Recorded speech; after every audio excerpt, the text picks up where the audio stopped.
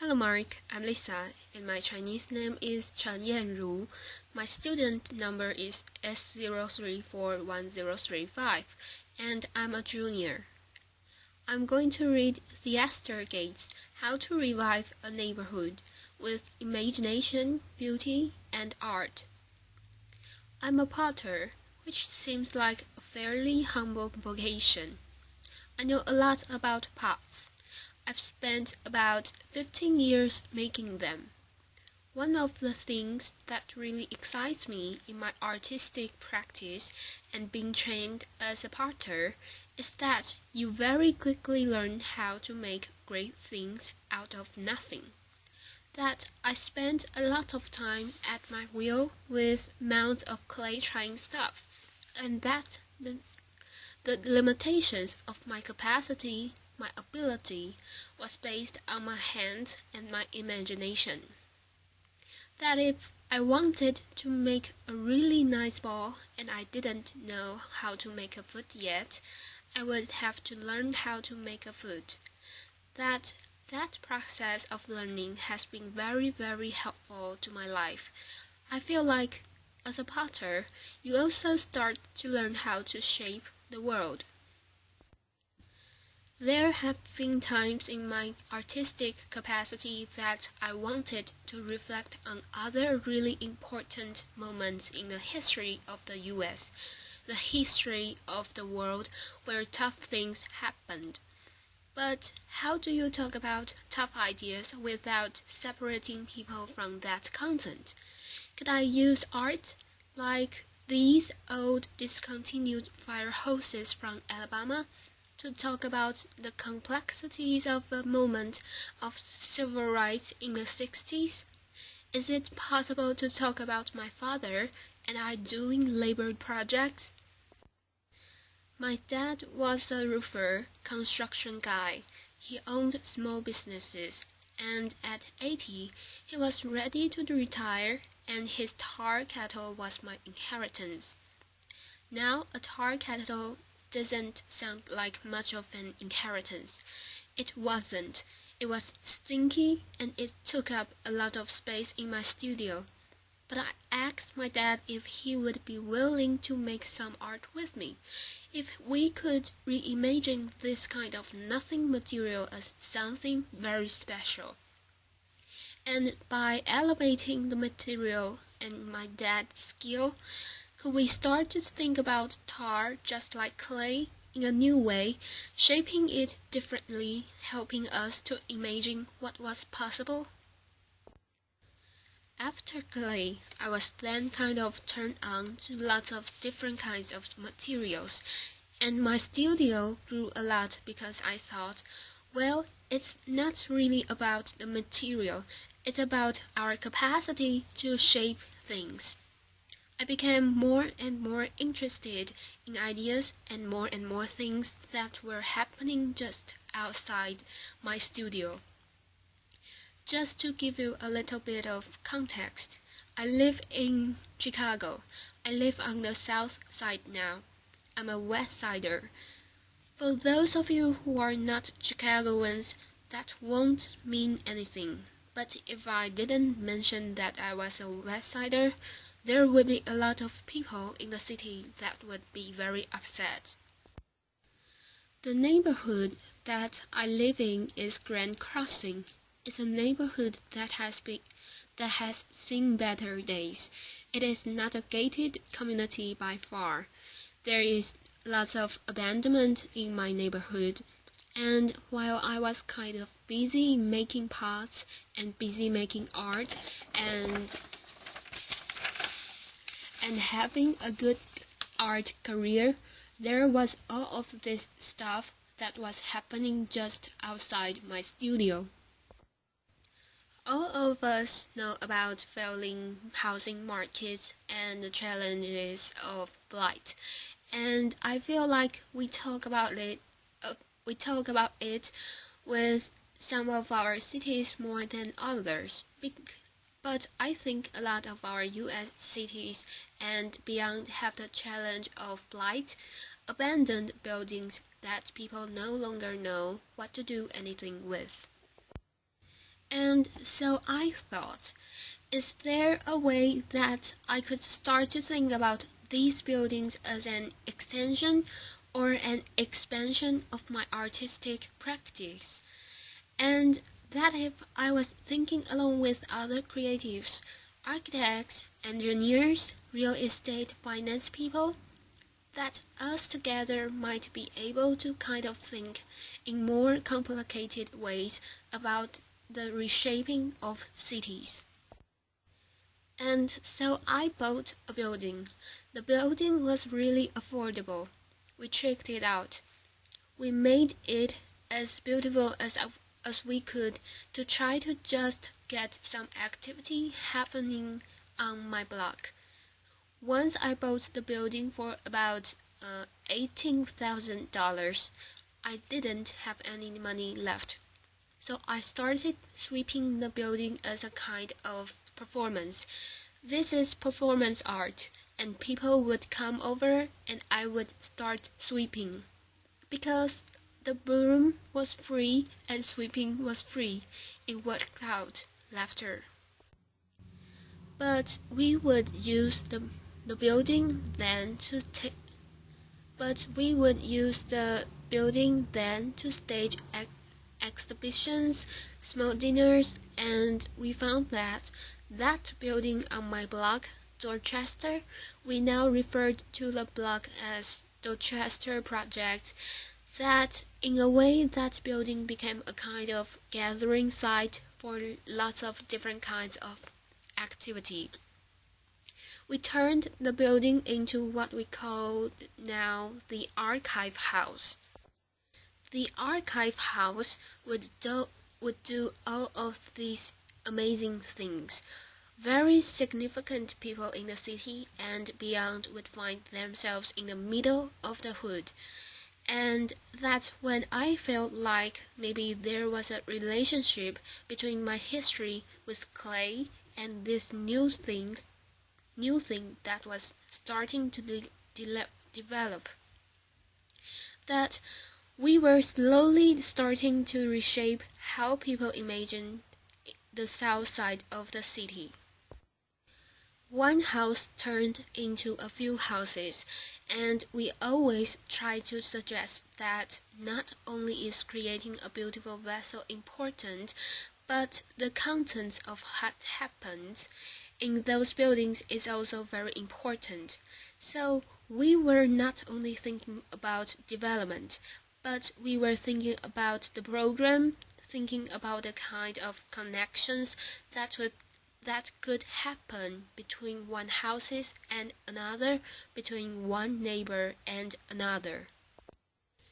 This building became what we called the listening house, and it has a collection of discarded books from the Johnson Publishing Corporation and other books from an old bookstore that was going out of business. I was actually just wanting to activate these buildings as much as I could with whatever and whoever would join me. In Chicago, there's amazing building stock. This building, which had been the former crack house on the block, and when the building became abandoned, it became a great opportunity to really imagine what else could happen there. So this space we converted into what we call Black Cinema House. Black Cinema House was an opportunity in the hood to screen films that were important and relevant to the folk who lived around me. That if we wanted to show an old Melvin Van Peebles film, we could. If we wanted to show Car Wash, we could. That would be awesome. The building we soon outgrew, and we had to move to a larger space.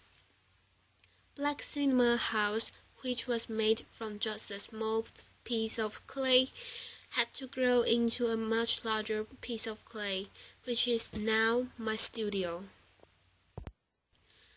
What I realized was that for those of you who are zonzing junkies, that some of the things that I was doing in these buildings that had been left behind, they were not the uses by which the buildings were built, and that there are city policies that say, hey, a house that is residential needs to stay residential.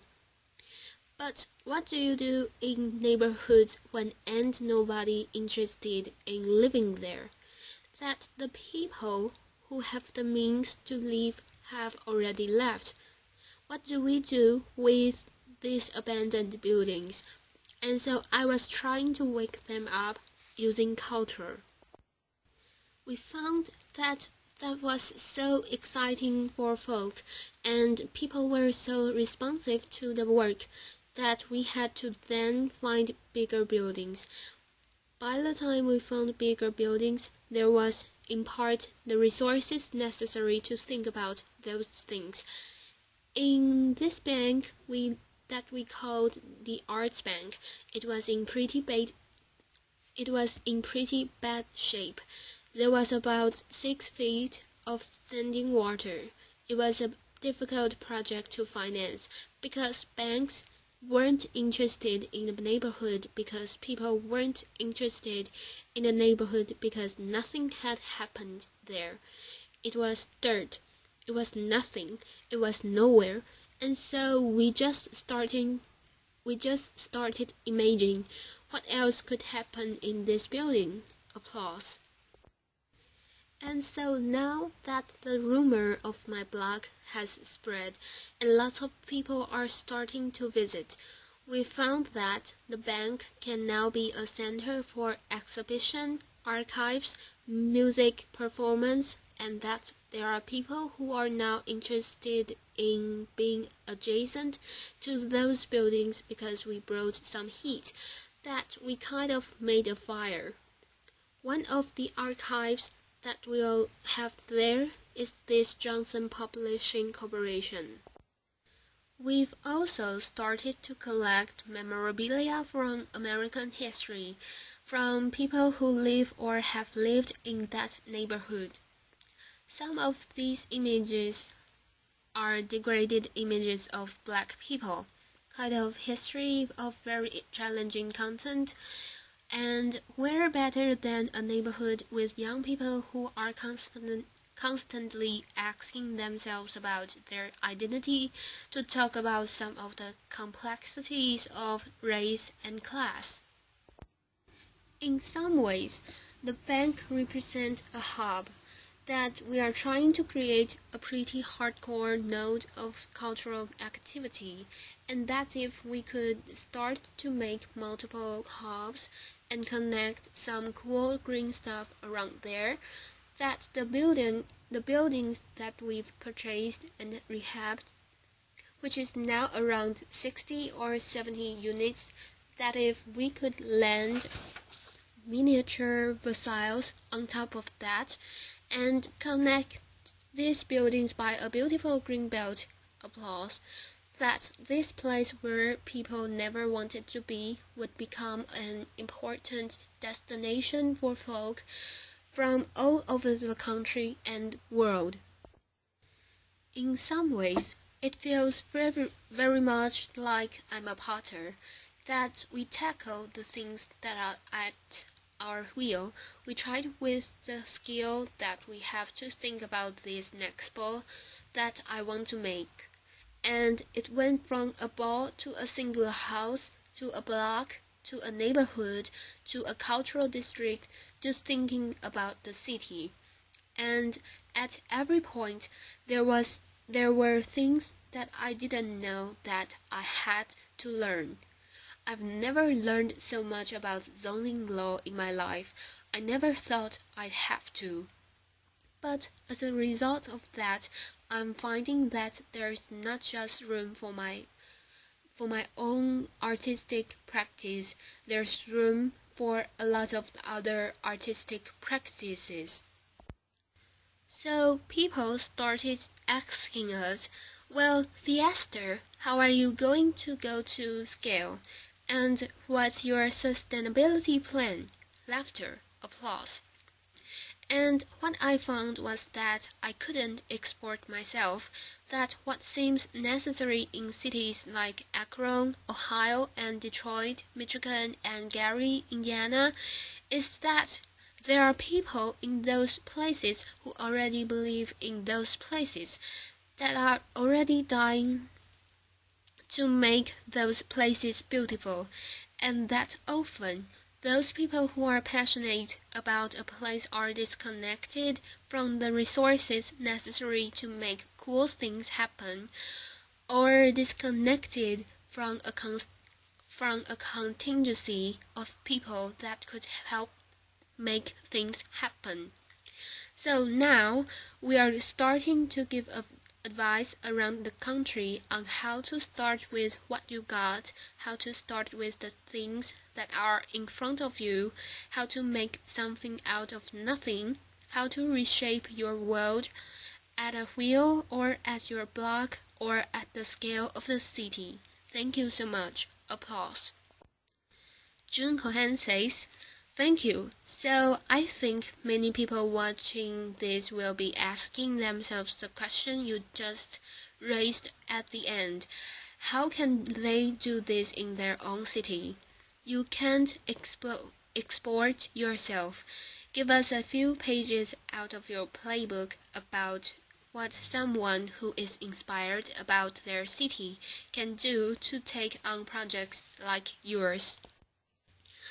Theaster says, "One of the things I've found that's really important is giving thought to not just the kind of individual project, like an old house, but what's the relationship between an old house, a local school, a small bodega, and is there some kind of synergy between those things? Can you get those folk talking?" I found that in cases where neighborhoods have failed, they still often have a pulse. How do you identify the pulse in that place, the passionate people, and then how do you get folk who have been fighting, slugging for 20 years, re-energized about the place that they live? And so someone has to do that work. If I were a traditional developer, I would be talking about buildings alone, and then putting a for lease sign in a window. I think that you actually have to curate more than that. That there's a way in which you have to be mindful about what are the businesses that I want to grow here, and then are there people who live in this place who want to grow those businesses with me? Because I think it's not just a cultural space or housing. There has to be the recreation of an economic core. So thinking about those things together feels right. June Cohen says, "It's hard to get people to create the spark again when people have been slugging for 20 years. Are there any methods you've found that have helped break through?" Theaster says, "Yeah, I think that now there are lots of examples of folk who are doing amazing work, but those methods are sometimes like when the media is constantly saying that only violent things happen in a place, then based on your skill set and a particular context, what are the things that you can do in your neighborhood to kind of fight some of that?" So I've found that if you're a theater person, you have outdoor street theater festivals. In some cases, we don't have the resources in certain neighborhoods to do things that are a certain kind of splashy, but if we can then find ways of making sure that people who are local to a place, plus people who could be supportive of the things that are happening locally, when those people get together, I think really amazing things can happen. And June Cohen says, "So interesting.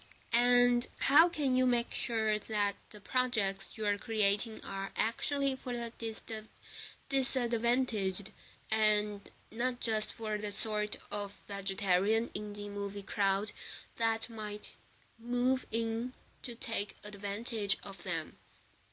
Theaster Gates says, "Right on. So I think this is where it starts to get into the thick weeds."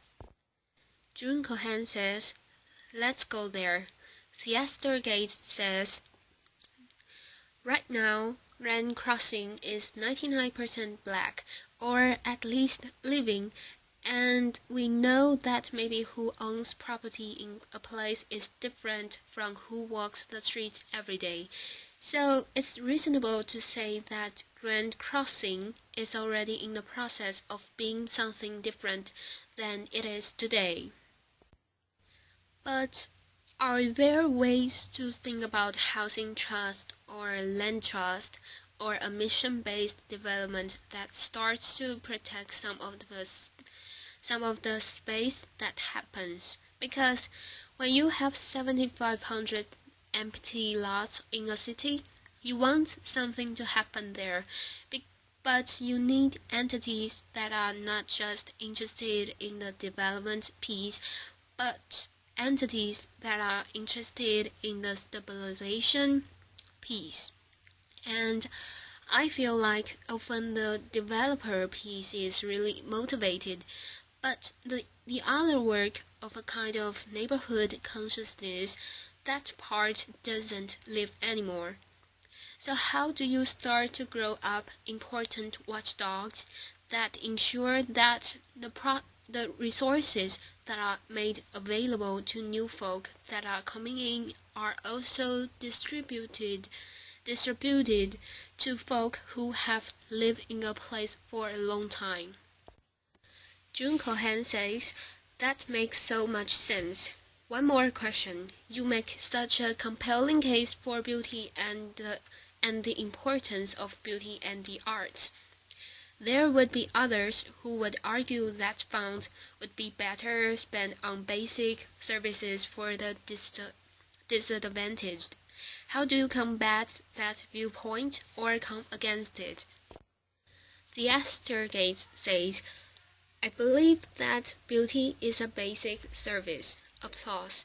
"Often what I have found is that when there are resources that have not been made available to certain under-resourced cities or neighborhoods or communities, that sometimes culture is the thing that helps to ignite, and that I can't do everything.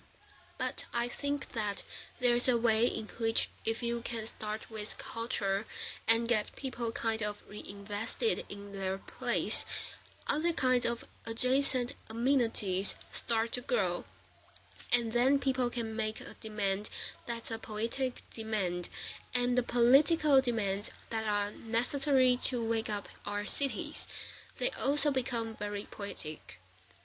June Cohen says, "It makes perfect sense to me." Theaster, thank you so much for being here with us today. Thank you. Theaster Gates, applause.